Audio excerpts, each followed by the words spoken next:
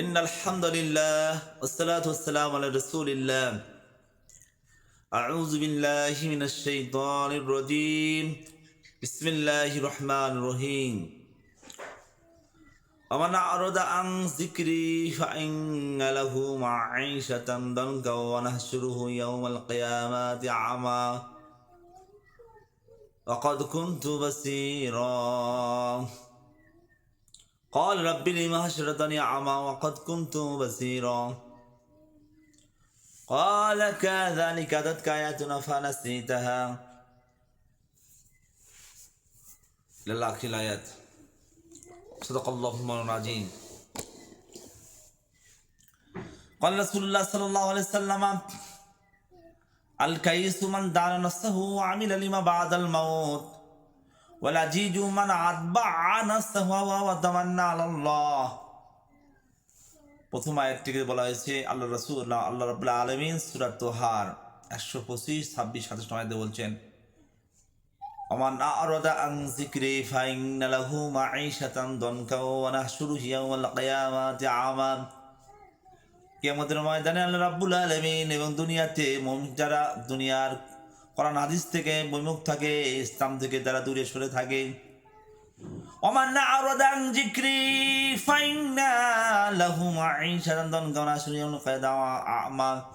যারা আল্লাহ তাআলা জিকির হতে নসিহত দেন, যারা নামাজ থেকে ইসলাম কায়েম থেকে একামতের কাজ থেকে যারা উদাসীন হয়ে যায়, গোমরা হয়ে যায়, না দেখে না, কানে শুনে না, এই সমস্ত ব্যক্তিদেরকে যারা ইসলাম মানে না, ইসলামের আইন কার্যক্রম পরিচালনা করতে চায় না, আল্লাহ রাব্বুল আলামিন তাদেরকে দুটো শাস্তি দান করবেন।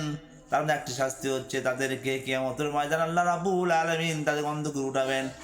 আর দ্বিতীয়টা হচ্ছে এই দুনিয়ার জীবনটা তাদের জন্য এমন সংকীর্ণ জীবন করে দিবেন, তাদের মানসিক শান্তি থাকবে না, তাদের জীবনে কোনো বারকা থাকবে না। কিয়ামতের ময়দানে আল্লাহ রাব্বুল আলামিনের কাছে এই সমস্ত বান্দা বলেন ক্বাল রাব্বি লিমা হাশারতানি আ'মা। ও মেহেরবান আল্লাহ রাব্বুল আলামিন, আমার রব আমাকে আজকে কেন অন্ধ করে উঠালে? ওয়াকাদ কুনতু বাসীরা ওয়াকাদ কুনতু বাসীরা, আমি তো অন্ধ ছিলাম না। আল্লাহ তাআলার কাছে সেদিন বলবেন, আল্লাহ তাআলা বলবেন ক্বালা আতাতকা আয়াতুনা, কাল বলবেন বান্দারে আমাদের দুনিয়ার বুকে যখন তোমাদের সামনে আমার কোরআন হাদিসের নসিহত করা হতো, বুঝে দেওয়া হতো, যখন তোমরা শোনো নাই, চোখেও দেখো নাই, এই জন্য ক্বালা কাযালিকা আতাতকা আয়াতুনা ফানাসিতাহা ওয়া কাযালিকাল ইয়াওমাল তুনসা। বান্দা ঠিক সেইভাবে তোমাকে ভুলে যাওয়া হচ্ছে, আজকে তোমাকে অন্ধ করে দেওয়া হয়েছে। এই জন্য আল্লাহ রাব্বুল আলামিন বলেছেন যারা এই দুনিয়ায় কোরআন হাদিস থেকে না শুনবে না, শোনার ভান করবে, আল্লাহ রাব্বুল আলামিন কিয়ামতের ময়দানে ঠিক তদ্রুপ তাদের সাথে আচরণ করবেন। আল্লাহর নবী সাল্লাল্লাহু আলাইহি সাল্লাম বলেছেন তোমাদের মধ্যে আল কাইস মান দানা নাফসাহু ওয়া আমিলা লিমা বা'দাল মাউত। তোমাদের মধ্যে কে বুদ্ধিমান ব্যক্তি, জ্ঞানী ব্যক্তি, যে ব্যক্তি মৃত্যুর পরবর্তী জীবনের জন্য আমল করে, ভালো কাজ করে। তোমাদের মধ্যে সবচেয়ে কে নির্বোধ, কে বোকা? আল্লাহ নবী সাল্লাল্লাহু আলাইহি সাল্লাম বলেছেন যে ওয়ালা আজিজু মান আতবাআ নাফসাহু হাওয়া ওয়া তামান্না আল্লাহ। তোমাদের মধ্যে সর্বোচ্চ নিকৃষ্ট নির্বোধ ব্যক্তি হচ্ছে যারা মন যা চায় সে মতো কাজ করে এবং বড় বড় আশা কামনা করে। সুতরাং আল্লাহ রাব্বুল আলামিন আখিরাতকে গুরুত্ব দিতে হবে। দুনিয়ার জীবন ক্ষণস্থায়ী, এই জীবনটা পরিত্যাগ করে আখিরাতের কাছে জীবন বিক্রয় করতে হবে। আল্লাহ রাব্বুল আলামিন একটি আয়াতের মধ্যে জানিয়ে দিলেন কে তোমাদের মধ্যে মুমিন, কে তোমাদের মুসলমান। আল্লাহ রাব্বুল আলামিন ফালিয়াকাতিল ফি সাবিলিল্লাহি আল্লাযিনা ইয়াশরুনাল হায়াতিদ দুনিয়া বিল আখিরাহ। তোমাদের আখিরাতের জন্য তারাই যোগ্য যারা দুনিয়ার স্বার্থ সিদ্ধি, দুনিয়ার টাটকা সুখগুলিকে আখিরাতের বিনিময়ে বিক্রয় করে দিয়েছে।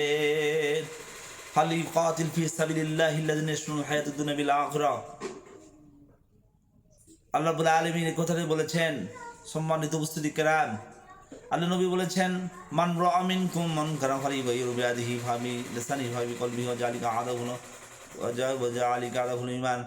তোমাদের মধ্যে অন্যায় দেখলো কিন্তু সে প্রতিবাদ করলো না, সেও যদি অক্ষম হয়ে যায় তাহলে সে মুখ দিয়ে বলবে, তাদের অক্ষম হয়ে যায়, হাত দিয়ে বোঝা তাদের অক্ষম হয়ে গেলে সে মনে মনে ঘৃণা করবে।